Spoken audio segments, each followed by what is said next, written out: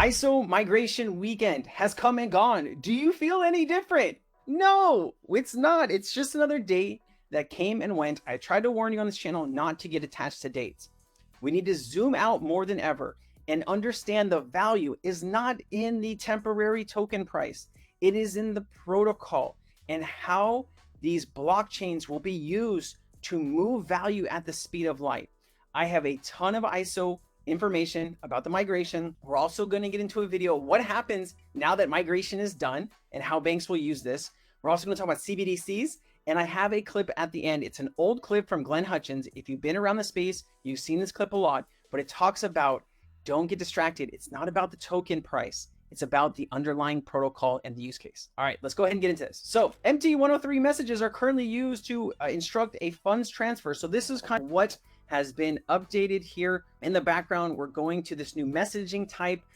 Payment messages all over the world. Banks use different formats. We're trying to get all these banks and institutions on the same format, and that is what ISO20022 really is. It has nothing to do with cryptocurrency. It's a messaging format, and you can do rich data messaging. You can include cryptocurrency with ISO24165 DTI, which is the digital token identifier, and you can actually attach crypto in these ISO messages, and that is why it's so powerful.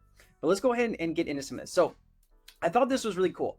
So this is put out by Citibank, right? And so how is an MT structure different from an MX structure? And so it says MT structure and then ISO structure. What is really cool about this on here is it actually has crypto right here in the middle of it. You're basically replacing these Swift older messages, these MT messages, with this new ISO format. And that's what we're all waiting for. And we're waiting for crypto to really be adopted and really be used. And this is the new format of how these messages are supposed to go out. You have exchange request header, request payload, application header, document, MX message instance. There's your crypto attachment. And then here's ISO business application header, ISO 20022 message, and then business message. Okay. And this is the older format and how this all looked, and this is the newer ones. And then here's some stuff is what's different. MX message structure is dynamic, allowing for an enhanced data model with dedicated structure elements for specific information. MX messages are significantly longer than MT messages, currently much larger amount of data. MX messages have element hierarchy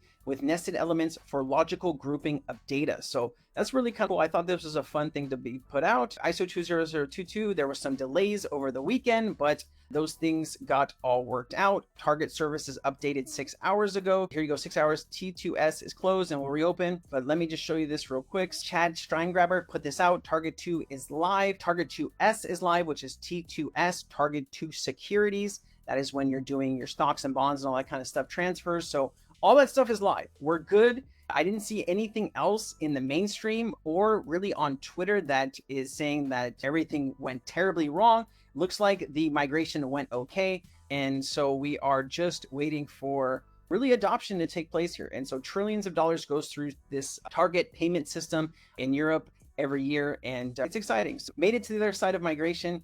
What happens now that we've migrated, right? What are the use cases for ISO? I thought this was a really cool video. Nilesh Dusan, Global Head of Institutional Payments at Amazon Web Services. He breaks this all down. Check this out. What can financial institutions do with the data once they complete the migration and the additional data start flowing through their payment systems?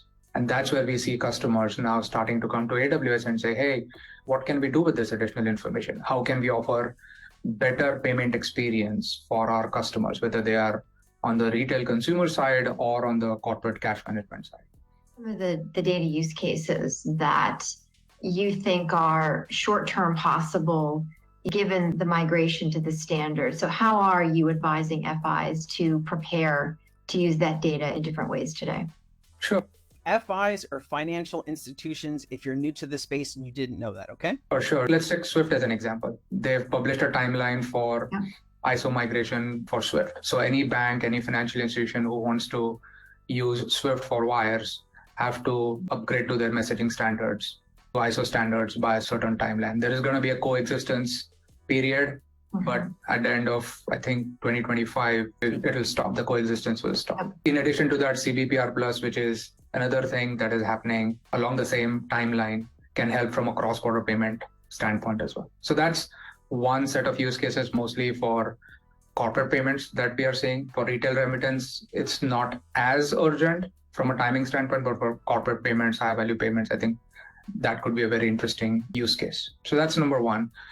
The other use cases from an ISO standpoint are pure domestic wires. Mhm. So FedWire in the US and other market infrastructures in different parts of the world are also going to ISO20022 standards. Banks who want to do domestic wires also have to go through that upgrade process again to process domestic wires as a starting point. Market infrastructures connecting to each other. Singapore and India have announced such a relationship where it's for retail remittance, but it still proves the point, right? Which is two market infrastructures talking to each other, facilitating real-time cross-border payments. From an AWS perspective, we tend to enable these networks. These are different networks, as you can imagine, right? So the Settle network, even though it's from a participation standpoint, those are mostly banks in the US, in Europe. The work that Mass and Nets and others are doing in Asia Pacific, that's a different geography. So depending on the participants, the networks are going to be disparate. But at the same time, we try to enable the ecosystem to connect to these networks so that they can facilitate cross-border payments. So they can facilitate cross-border payments. I also wanted to add one thing, guys. There's a free link down in the description for a free 7 days for Cryptonairz. In the last 90 days, projects that have been posted in there have gone up a total of 8,000 to 10,000% if you combine the projects that we've been talking about the last 6 months. So it's been a whirlwind of craziness. As I'm waiting for like my XRP and my XLM to really find its true value and utility down the line here, I'm making money in other crypto projects. And those are the projects that we talk about every day in Cryptonairz. If you want to join 7 days for free, take a look down in the description. We'd love to have you in the community. Banks all around the world are notifying their customers about several changes in their systems. It's about to change forever, right? And so here's some different timelines. November 19th. And here you go down in the circle stuff, the circle message here. Also from 2:30 a.m. IST to 8:30 a.m. IC, real-time gross settlement systems inward and outward will be affected, and transactions received in this time shall be warehoused and processed after the downtimes. And this is from Citibank. Man, Citibank, I think they do about 12 trillion a day. 12 trillion a day, just Citibank. It's kind of crazy. Listen to Gary Gensler. Gary Gensler is not dumb. He taught blockchain at MIT. Listen to him talk about Ripple and the use case. Check it out. SWIFT, which is just a messaging system, and then the banks have to somehow pre-fund the Nostra accounts. This is about the technology of banking, not the technology of blockchain. To go between Tanzania and Nigeria, you need somebody to bear some counterparty risk that the ledgers both move and are adjusted at the same time. And usually it's a bank that is in both countries. You could use blockchain, but the current thinking is you need a bridge currency in between, and that bridge could be a stable value that's backed by the US dollar or the euro. It could be a currency even like Ripple has an alternative. It's just piloted in May, so it's not yet up in any enterprise-wide level, but that you might need something to basically hop, skip, jump, which is called a bridge currency. Which is called the bridge currency. I love that. 19 banks exposure to crypto assets, Basel Committee on Banking Supervision, Ripple XRP, 2% worth of 888 million. Overall, 19 banks submitted crypto asset data. 10 from Americas, 7 from Europe, and 2 from the rest of the world. Crypto asset exposures reported by banks amount to approximately 9.4 billion. XRP is 108 million. In relative terms, these exposures make up only 0.005 of total exposures on a weighted average basis across the sample of banks reporting crypto assets exposure. Reported crypto asset exposures are preliminary composed of Bitcoin, 31%, Ether, 22%, and a multitude of instructions, whether Bitcoin or Ether are the underlying crypto assets. Together, these make up almost 90% of reported exposure. So it really is majority of Bitcoin and Ether, and XRP comes in at 2%, ADA at 1%, Solana at 1%. And I do think Solana is going to have a monster bull market. Future of virtual assets and its regulation, 10/26/2023, IE Impact, Accelerator, and Ripple discussion. Let me go ahead and play this. It's not by itself, all right? So there's a spectrum of things here. One question that just comes up is, and I'll just give you this one example, ChatGPT will probably never comply with the regulation that we already, GDPR, that we have in Europe. And why? Because that regulation was written before ChatGPT was introduced. When they wrote it specifically for the technology that existed, as soon as the new technology comes along, well, no one could have guessed that it doesn't work that way. It just can't.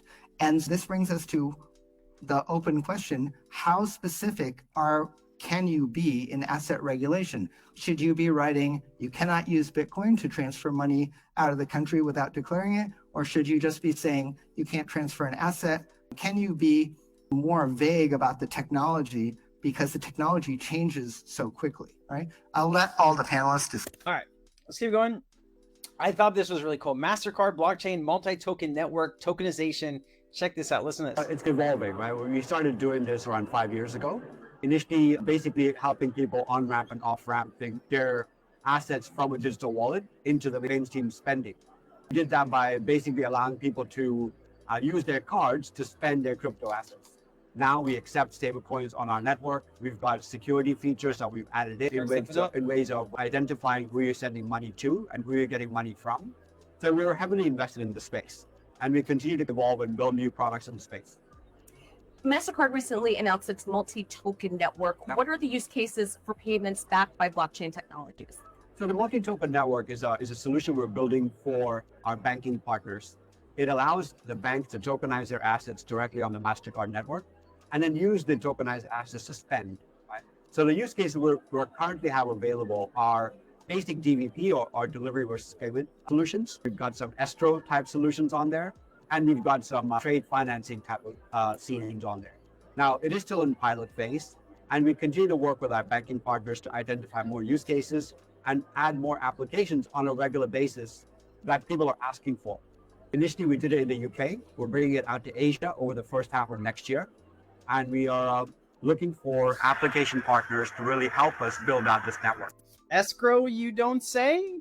Interesting. New class of ESG securities being released. ESG data. Check this out. This is XTC ESG data. So this was actually just added. Trade trust. Cool. We'll have to see how this all plays out. I think XTC is going to have a monster bull run. Number 19, 2022. Let me go ahead and play this. City, Wells Fargo, they're about to be reset, overhauled. It means the function of our banks is about to change. They probably won't raise public suspicion about it by changing the signs on your bank's branches. But in other words, the banking infrastructure is being rebuilt from the ground up. And very few Americans are aware this is even happening. When they go to withdraw money, their ATM will say closed temporarily. They go to sell stocks, their account will say transaction not available.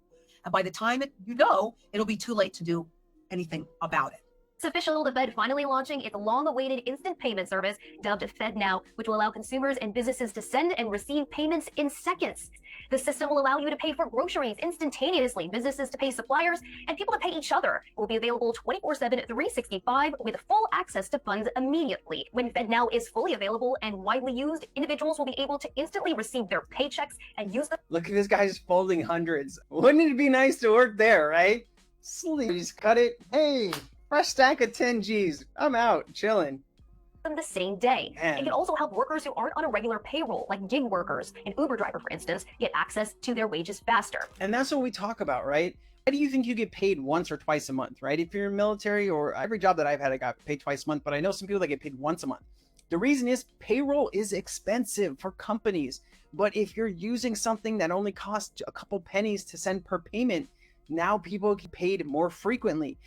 A lot of people globally live paycheck to paycheck, and they struggle. And sometimes they have to go get pay loans and things like that, wait for payday. Think about how many lives could be changed if you could do cheaper, quicker, faster payments. It would help everybody out globally. And here's what Christina Georgieva talking about CBDCs. It's coming when the head of the IMF keeps talking about central bank digital currency. What is the advantage of CBDCs? Two. One, cut costs by making it so that the use of money printed becomes obsolete.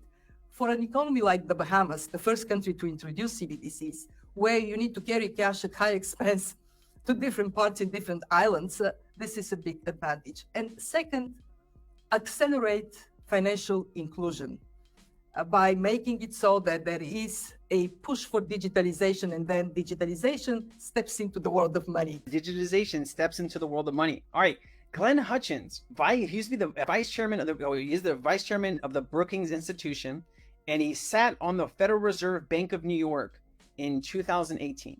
Okay, also a member of the Council of Foreign Affairs, partial owner of Boston Celtics. This guy's in the know, okay? And he did this is years ago. This clip was from 11 months ago, but this was, I think, years ago. So listen to what he's talking about here. We're going to end with this. And if you missed my interview with Jay Claver, you should go back and watch that, because he brings up a really interesting point that if a CBDC is rolled out in America, maybe it's not one-to-one on, let's say you have $20 in your wallet and you want one CBDC dollar. Maybe it's not that $20 in your wallet for 20 CBDCs. Maybe it's that $20 for one CBDC, right? And maybe that's how gold or silver, all these people talk about gold's going to be revalued at these high prices, or silver. Maybe it's when they do this digital change that the dollar won't be worth as much as it used to. Let's say you have $100,000 in your bank account and you need to move that into a CBDC. Maybe that $100,000 doesn't go over to $100,000 in CBDCs. Maybe it's like 10,000 in CBDCs for your 100,000, like a 10-to-1. So that was a really interesting conversation. If you watch that interview, you got a lot out of it. So go check that out. Check us out. You would have asked me, the internet. We've just seen this huge meltdown in the last 12 to 15 months. Are you still a believer? Yep. And so the answer is yes. Now, the digital currency solution is the most important technological advance I've seen since the internet. It has the capacity to do lots more, but it certainly has the capacity to enable us to move anything of value around the world at the speed of light at no cost. It has three components. It has a token of value, which is called the Bitcoin. It has a accounting mechanism, which is called the blockchain. But the most important piece, which is one that people aren't focusing on, is the protocol. The underlying protocol by which we agree to conduct these transactions. So you use a series of protocols every day and you don't even think about it. You don't think about the internet protocol. You don't think about the simple mail technology protocol. You don't think about the file transfer protocol. You don't think about the high text translation protocol. I go through it, right? You just make use of the technology and the protocols make it work. The people who really understand what's going on with digital currencies understand that putting these protocols in place, the blockchain protocol, the Ethereum protocol, the Ripple protocol, and then enabling those protocols to cause transactions to occur. And then those transactions can be defined very broadly as not just moving things of value, but anything that's got an information content is extraordinarily transformative. The focus on the value of the token is distracting and uninformative. The token value is distracting and uninformative. Zoom out, realize what you're holding. Central banks, banking institutions, whatever, financial institutions, they're not going to use Bitcoin or Ethereum to move value. They're going to use stuff like the XRP protocol, the XLM protocol, the Algorand protocol. Those are the future way that we are going to interact and move value from place to place, to each other. That is where it all is. And that is why I try to educate you on the protocols on this channel. I hope you got value, guys. Please let me know down in the description. If you want cool merchandise like the shirt I am wearing, I made this design. It's down in the description in the Krypton Aire shop. I just put 20 new designs in the shop. I got Christmas designs in the shop. And if you want to get them under your tree before the holidays, go ahead and take a look. Thank you so much. I'll see you in the next one. Aloha.